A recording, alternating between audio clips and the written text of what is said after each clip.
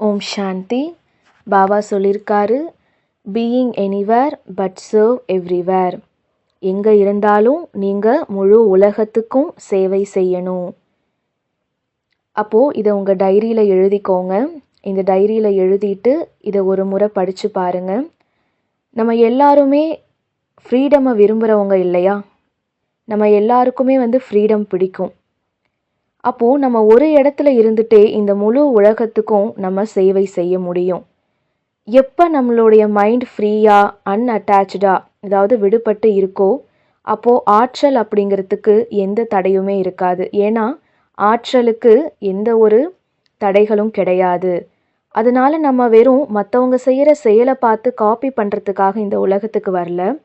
நம்ம இந்த உலகத்தில் இருக்கிற ஒவ்வொரு ஆத்மாக்களுக்கும் சேவை செய்யறதுக்காக வந்திருக்கோம்.